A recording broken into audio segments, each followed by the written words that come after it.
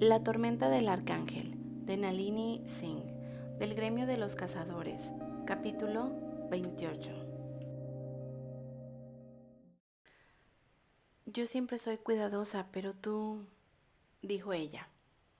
Ahora entiendo por qué eres un jefe del espionaje tan bueno. Jason no entendió lo que quería decir, porque la calidez de sus manos se habían filtrado hasta su piel, a través de la fina camisa negra que llevaba. Embriagado por la sensación, deslizó los dedos por su cuello y se sintió eufórico al ver que ella se estremecía. Le proporcionaba un inmenso placer saber lo que la hacía suspirar. Descubrió sus intimidades de su cuerpo, sin embargo, era un placer que se había negado durante centenares de años. ¿Jason? Vio sus ojos heridos, azules y húmedos. ¿Te marchas? Te dije que no podía quedarme. No podía entregarle su corazón. Ella apretó los puños en torno a la sábana, que se sujetaba contra el pecho. Las lágrimas corrían por sus mejillas. Creí que, como siempre, regresabas. En aquel entonces era muy joven, muy bueno en su trabajo, pero estaba muy por detrás de sus compañeros en lo que a emociones y relaciones se refería. Había dado por hecho de que aquella amante le había creído cuando le dijo la verdad sin miramientos, y no se había dado cuenta que los sueños secretos que ella albergaba en su corazón, un corazón que había roto sin pretenderlo, sin saber siquiera que tenía poder para hacerlo. Ella se había recuperado pronto de su dolor porque era muy joven, y Jason estaba convencido de que ya ni siquiera recordaba al ángel de las alas negras al que una vez había suplicado que se quedara. Sin embargo, él jamás había olvidado la lección, y se preguntó si Mailla había entendido bien lo que le había dicho la noche anterior, o si también ella soñaba con recomponer los pedazos de su alma. Lo cierto era que, a pesar de lo mucho que le atraía la princesa, ella pronto se daría cuenta de que era imposible sanarlo por dentro, que el daño había sido hecho a tan tierna edad que ya formaba parte de él. Sin embargo, en lugar de apartarse, actuó de modo egoísta. Agachó la cabeza y reclamó la exuberante embriaguez de su beso mientras enterraba las manos en su cabello para desamarrar aquella cascada negra sobre su piel. Mailla abrió la boca para él con un gesto generoso y sensual que lo excitó sin pretenderlo, que le hizo desear acaricias en todos los puntos secretos de placer hasta que el deseo de la princesa resplandeciera en su piel, hasta llegar a conocerla como ningún otro hombre. Jason, ¿te marchas? Le apartó la cabeza con las manos que le sujetaba el pelo y se obligó a liberarse de sus labios, hinchados por los besos. Abre los ojos. Fue una orden seca. Las abundantes pestañas se alzaron para revelar unos ojos castaños dorados, llenos de pasión. Te veo, Jason. ¿Y qué ves? Deslizó la mano libre por su costado y le acarició un pezón con el pulgar a través de la ropa. Ella contuvo el aliento, pero no dejó de mirarlo a los ojos. Veo un hombre que es una tormenta, que no pertenece a nadie y que jamás será domesticado. Esperar otra cosa conduciría a una agonía y a una decepción. Ojos abiertos, pensó Jason. Mailla tenía los ojos bien abiertos. Algunos dirán que intenta seducirme para poder ponerme la correa. Su risa, cálida y sorprendida, se derramó desde la cima de la colina. Solo un tonto intentaría contener o controlar una tormenta. Y yo soy muy inteligente. Jason volvió a besarla con la boca abierta en un esfuerzo por beberse su risa, por robarle parte de su increíble delicadez de espíritu. Mailla le clavó las uñas en el pecho a través de la camisa y apretó su seno contra la mano que le acariciaba. Su aroma lo envolvió con una exótica fiereza. La profunda sensación de conexión fue una explosión que comprendió fuego a las terminaciones nerviosas de Jason. Nunca se había sentido tan real, tan parte del mundo. Interrumpió el beso del tiempo necesario para que ella cogiera aliento y luego volvió a apoderarse de su boca para lamerla, saborearla y sumergirse en el placer carnal. Su pezón era un punto duro bajo el tejido de la túnica, y cuando lo apretó entre los dedos índice y el pulgar, Mailla dio un respingo y se alejó de él.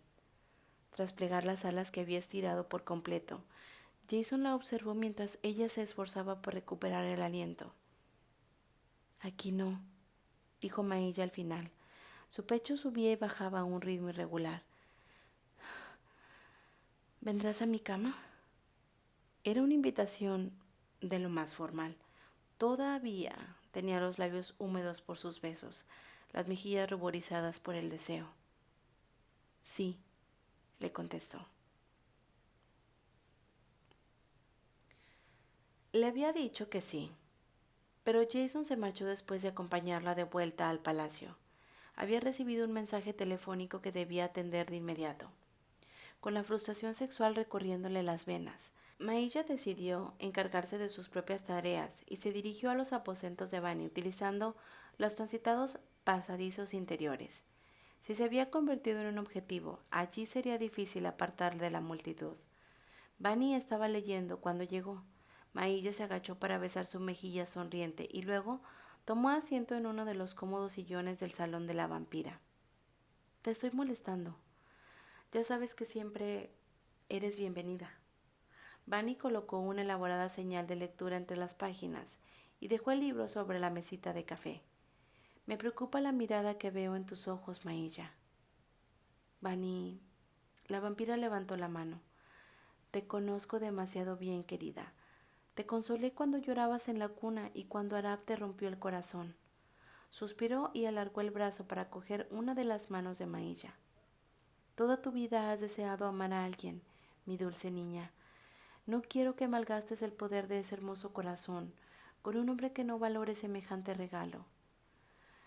«Comprendo a Jason, Bunny». Ninguna olvidaría el terrible dolor que nadie percibió cuando le contó la historia de Nené y de su Yavi, tanto que le dolía incluso imaginarla. No esperó más que lo que él pueda darme. «Eso dices, pero eres demasiado vulnerable a la amabilidad, a cualquier muestra de cariño».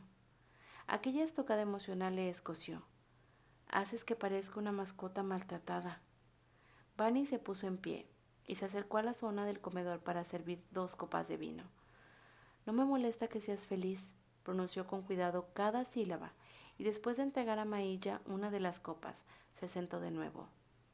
«Lo único que deseo es que no vuelvan a hacerte daño». Mailla esbozó una sonrisa torcida. «Si la herida es limpia, sobreviviré».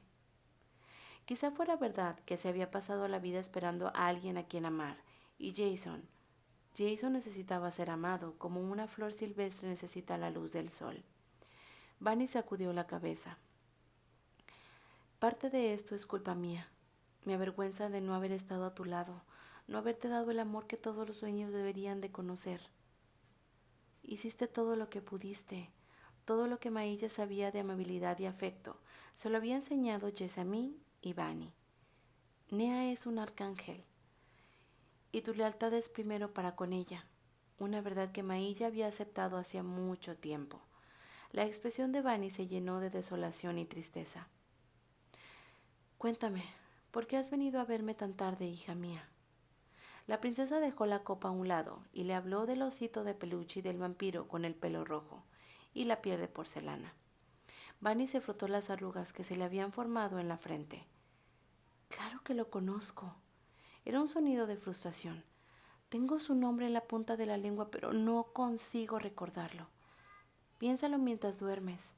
Mailla estaba tan eufórica que deseaba insistir, pero Bunny había vivido durante milenios y tenía millones de recuerdos.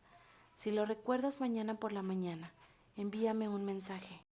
Todavía con la frente arrugada, Bunny asintió con la cabeza. «Creo que él no era importante, pero siempre andaba cerca. Por eso me cuesta recordarlo». Esbozó una sonrisa apesadumbrada. «Lo cierto es que es muy... no sé, estoy haciendo vieja. Mi vida está compuesta por tantas piezas. En ocasiones tengo la sensación de que me esconden en algún lugar secreto de mi memoria. Ojalá mi memoria fuera tan buena como la tuya». La sonrisa de Bunny se desvaneció. Desearía que hubieras conocido a tu madre, hija mía. Mailla enderezó la espalda. Se acostó con un hombre casado, un hombre que pertenecía a su hermana. Sí, Vani inclinó la cabeza con aire solemne. Nea y Nibriti siempre competían. La vampira bebió un buen trago de vino y sus ojos, de un verde intenso, se clavaron en Mailla. Fue a Nibriti a quien Eris cortejó primero. Las palabras fueron un puñetazo en las costillas. ¿Fue Nea quien la traicionó entonces? No es tan sencillo. Vani cerró los ojos y volvió a abrirlos con determinada resolución. Nunca te he hablado de esto porque... ¿Qué bien podía hacerte? El pasado está enterrado. Apuró el vino y jugueteó con el tallo de la copa entre los dedos. Ahora veo que me equivoqué. Debes saber de dónde proviene, siquiera para que lleves las riendas de tu propio destino. Y si no comparto estos secretos contigo, ¿quién lo hará? Mailla se sentó a punto de estallar, con todas las preguntas que bullían en su interior, pero guardó silencio y se dispuso a prestarle atención. Todo el mundo, murmuró Vani, creyó siempre que Nibriti era la hermana menor, y lo era, pero por apenas 5 latidos de corazón. La princesa hizo añicos su silencio. ¿Mellizas? ¿Cómo es posible? Nadie lo ha mencionado jamás. Nea fue siempre más fuerte, tanto que Nibriti al final quedó relegada a las sombras. También era la más inocente de las dos y, con el paso de los siglos, la gente olvidó la verdad y la consideró la más joven. La voz de Vani estaba cargada de edad, de historia. De niña, no peleaban ni competían. Nea solía cuidar de Nibriti y compartían un vínculo que yo estaba convencida de que nada podría romper. Mailla apenas podía asimilar lo que Vani le estaba contando. ¿Qué fue lo que cambió? La edad, el tiempo, la vida. Hizo un gesto negativo con la cabeza. Quizá fueron los celos de Nibriti o la arrogancia de Nea, o tal vez solo una rivalidad entre hermanas, pero empezaron a enfrentarse entre ellas como un juego. La cosa comenzó con una botella de ingenio, pero evolucionó hasta convertirse en algo tan horrible que me dolió el corazón presenciarlo. Los ojos de la vampira se llenaron de lágrimas. Primero, si Nibriti pedía a las costureras que le hicieran un vestido especial, Nea le robaba el diseño, conseguía que alguien le confeccionara un igual en menos tiempo y se lo ponía antes del gran evento de Nibriti. Después, Nibriti se vengaba escondiendo las joyas de Nea para que sus hermanas se vieran obligadas a presentarse sin adornos mientras ella iba esplendorosa. Pasado un tiempo, se le cortó la respiración. Comenzaron a utilizar a la gente como si fueran piezas de ajedrez. La curiosidad había formado un nudo en el estómago de Mailla. Si una de ellas conseguía un amigo, la otra usaba su encanto para arrebatárselo o envenenaba dicha relación hasta que ésta se ajaba y se marchitaba. Era una manera estúpida y absurda de malgastar sus dones y talentos. Mailla se frotó el puño contra el vientre, porque sabía que la cosa iba a ponerse peor. Según tengo entendido, la habilidad más fuerte de mi madre estaba relacionada con los animales que volaban. ¿Es cierto? Sí. Hubo una sombra en su sonrisa. Los labios rojos se curvaron al recordar. Me aseguraba que los pájaros le hablaban y que podía ver cosas a través de sus ojos. Los halcones se posaban en sus hombros sin violencia ni furia. Sin embargo, a medida que sus armaduras crecían, dejó de disfrutar de su belleza salvaje y empezó a utilizarlos como armas. Una lágrima se desprendió del ojo de Vani y llegó hasta sus labios. En una ocasión, envió a un halcón a arrancarle los ojos a un vampiro. Este había sido su amante y había obtenido una buena posición en la corte recién formada de Nea. Cuando me acerqué a él, su rostro se había convertido en una máscara roja y sus gritos de agonía me rompieron el alma. De adulta, Mailla jamás había considerado a su madre una de esas doncellas maltratadas que aparecían en los esperados cuentos de hadas, pero no había perdido la esperanza de que lo fuera. Siempre había deseado que Nibriti hubiera sido mejor persona que Nea, que su propio nacimiento no hubiera sido un último acto de odio. Sin embargo, por más destrozada que estuvieran sus esperanzas, quería saber la verdad, toda la verdad. Así que Eris no fue su primer campo de batalla, pero sí fue el primero a quien ambas amaron. La copa de Vani se hizo añicos cuando la apretó entre los dedos y dejó un reguero de sangre en su palma. Tras desechar con un gesto el grito de Mailla, la vampira dejó los trozos de cristal sobre la mesa y se secó la herida con un pañuelo. Siento decir que Eris no se merecía a ninguna de mis niñas, ni a las hijas que ayudó a engendrar. Vani, deja que te vende la mano. Calla, niña, se curará enseguida. Esbozó una sonrisa que borró el escozor de la reprimenda. Pero puedes servirme otra copa de vino. Mailla lo hizo, contenta de que la vampira hubiera dejado de sangrar. He llegado a pensar que Eris cortejó a Nibriti en primer lugar porque era más accesible, dijo Vani, antes de dar un sorbo del estimulante vino blanco. Nea ya era un arcángel, pero tu madre tenía poder por derecho propio. Siempre he creído que si estuviera viva, hoy formaría parte del gremio. Sin embargo, su desarrollo fue una llama lenta en comparación con la llamarada explosiva de Nea. Una vez que Eris se ganó su confianza, adivinó Mailla, que no hacía ilusiones con respecto al hombre que la había engendrado, utilizó esa conexión para llegar a Nea. No sé si ella llegó a enterarse de que él había estado primero con Nibriti. Las palabras de Vani eran suaves, llenas del amor que sentía por las niñas a las que había ayudado a criar. Creo que Nea se enamoró tanto de Eris porque no conocía la verdad.